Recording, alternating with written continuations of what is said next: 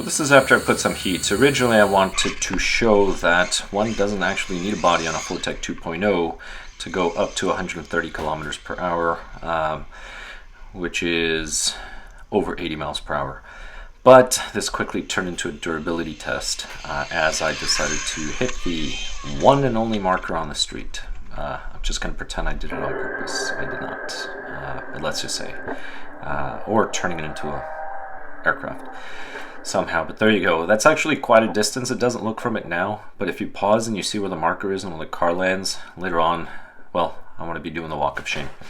I did spit out the rear dog bones because on this particular Fortec I had not replaced the rear dog bones yet. I only redid the front, so if you watch the video before this one, you'll see why. But it happens, they will spit the dog bones out. But there's the bumper. And this thing actually looked pretty nice. So later in the video I'm going to show you a before and after the crash, but it crashed at 138 kilometers per hour, 85.8 miles per hour based on what the GPS says. So then I just do the walk of shame to find the parts. I was about to give up, to be honest, but I really didn't want to. So originally the purpose of the video was to show that the Fortec is actually very stable at high speed. You do not need a body. Now, I am going to crash later on, but the body would not have saved the vehicle. So body is usually to protect the vehicle. So if you've ever driven a short course truck versus a monster truck, the short course body actually absorbs a lot of the impact. Fortec, well, most cars, but it depends on the impact. Here, there's nothing that could have saved my Fortec at the end. But the main thing is, there's one piece. The type of body is really important because some of the bodies will just parachute and they'll actually lift the car up. If you have seen some of my older videos, even with the Corvette body, that thing would just lift. After a while I had to add a wing at the end. And notice that here I'm going a lot faster and I'm not using a body. And part of the reason why is I don't have that wing effect over the top of the vehicle. There's actually just a bunch of turbulence from the electronics, everything. So it's actually quite stable. And I'm not going to ruin the Max just yet, but I am going to say the following.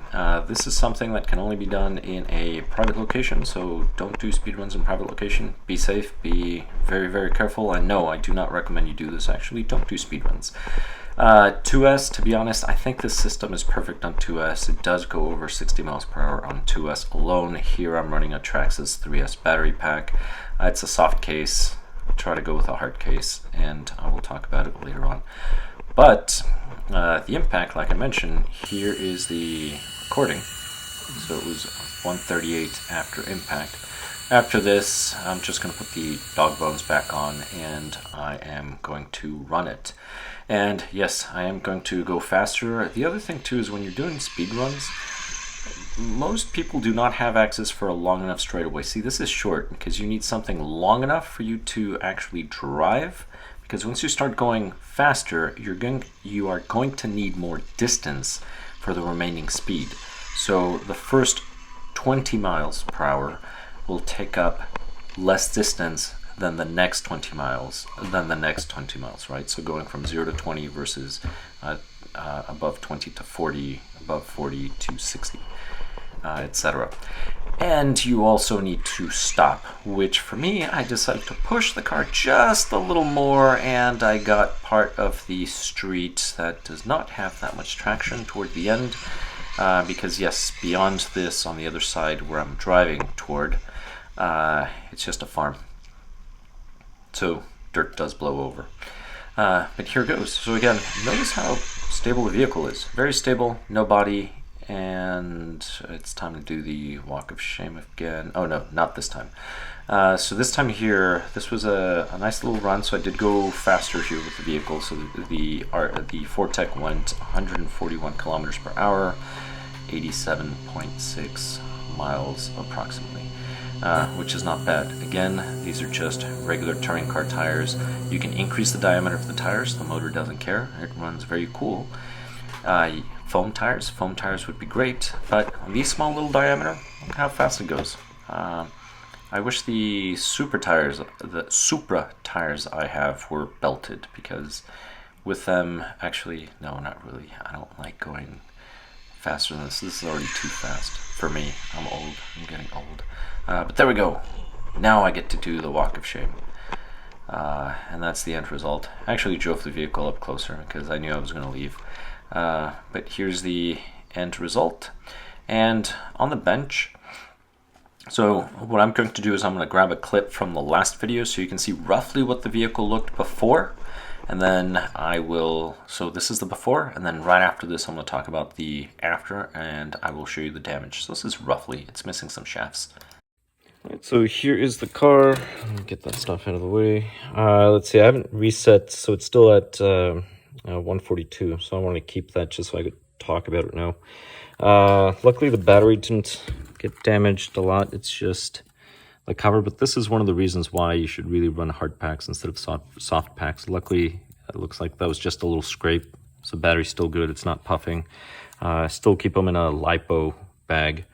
But here, not too bad. I will be taking the vehicle apart just to make sure there's no other damage. I'm going to talk about it. I'm going to go into a little more detail. I mean, the tub is fine, it's flexible.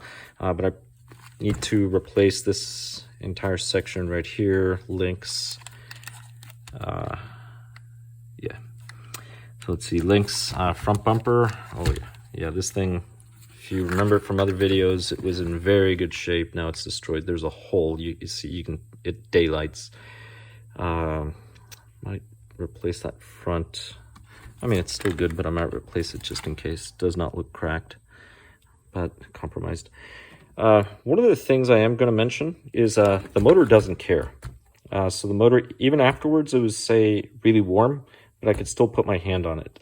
And that's one of the things about this motor. This motor, if you're just going to go wild and crazy, this is a very good motor. You can run 3S. That was many runs. I would have to measure the voltage on the battery to see how much I drained it in all that time. But as far as overheating, I don't have a fan, and the ESC, the fan comes on when it needs to, and then it shuts off when it doesn't need to. And I mean, look at that. Yeah, that was a really hard hit. I'm gonna check the case. I think the case is damaged. Yep, case is damaged. So you can see how the screw for the body mount doesn't really hold, so that this is stripped, so I will have to replace that. And my options are, whoa, okay, shock body. It's not bad, it works. You know, this is one of the reasons why I go through Vortex stuff. Not as much as I used to, but still in very good shape. I mean, I can probably just buy those parts and then redo them. I'm going to take out the differentials, just double check them. That's just maintenance. Make sure everything's good. Well, there's only a differential in the rear. The front is a spool. But still, check the spool, make sure it's not cracked. I keep a spare just in case. I've never had an issue with these. These are the STs. The Traxxas ones, those I've destroyed because of it's a plastic center, and then there's a pin. So you will destroy it eventually. Do I suggest running this in 3S? No, not at all. I do not recommend it at all. Speedruns, I do not recommend them at all. Why? Well, you run the risk of destroying everything. So having access to private property is nice because you can just take it on that paved little area. But the thing is that you really need a long way to reach the max speed. This thing could have still kept on going, but it ran out of distance. And here's the thing, you also need distance for it to stop. What I should have done is I should have driven it right between the curve and then just jumped it over into the middle of nowhere. That would have been something. I was just afraid to lose the GPS. That's why that last minute decision. Or just not do that very last run, which I was thinking of not doing, but I wanted another number and see if I could push it just a little more. And yeah, I certainly did push it just a little more. So these cars are definitely durable. The brace, it does its job. I am going to remove that center shaft, and then I'm just going to put it on my my board and then just roll it to make sure it's straight. If it's not straight, I will end up just replacing that.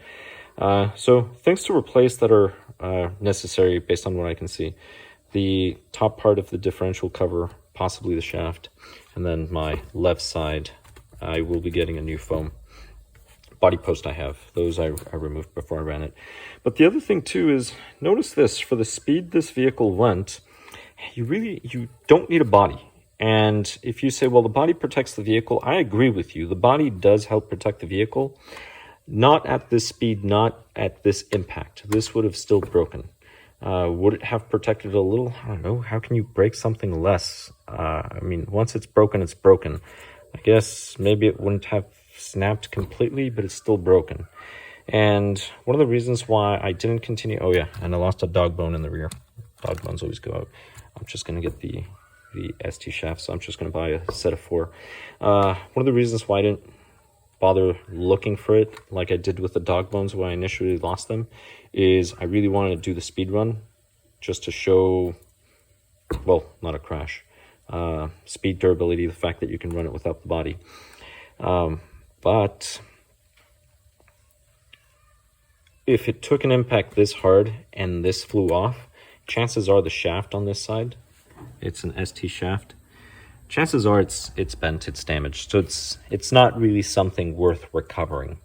That's the reason why. So I tried looking for it. If you're talking about the tire, the wheel's probably broken too. That's the reason why.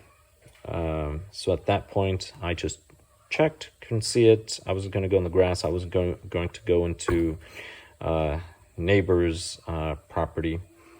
That's the reason why. But that being said, yes, Vortex are very durable. There's a reason why they are my favorite bashing TC. No, I would not run 3S. There's no point. It's too much torque. These cars are surprisingly light. You will lose traction and friction. Maybe if instead of 36s, I was running 32s today, maybe that would have been better. I mean, it is a beautiful day. I don't remember what the temperature is outside. No idea. I would have to guess. Maybe I'll check after this recording. GPS, I just use tape it down. Don't tape over here. This is where the antenna is if you do get one of these Sky RCs and it's not going to read. So run a thin piece of tape here and then tape over here and you will be fine. And this thing didn't pop out, which I'm glad, and that's probably because this is a big battery and it's putting some pressure up top. Sometimes these are known to open, especially on a short course. On a short course, the 4-wheel drives, the Platinums, this thing used to open all the time. I actually lost some of my old Traxxas packs because of that. When I mean lost, I don't mean they flew off and I couldn't find them. I mean they flew out, hit really hard, and then they started inflating. But that being said, let me check the voltage on that battery and see how I did. This is where I need my cameraman. Let's see. Okay, set to 0. Come on. Watch me short everything. Don't do this at home. I'm what you called a YouTube professional. I'm joking. I'm not a professional. Oh, wow. Yeah.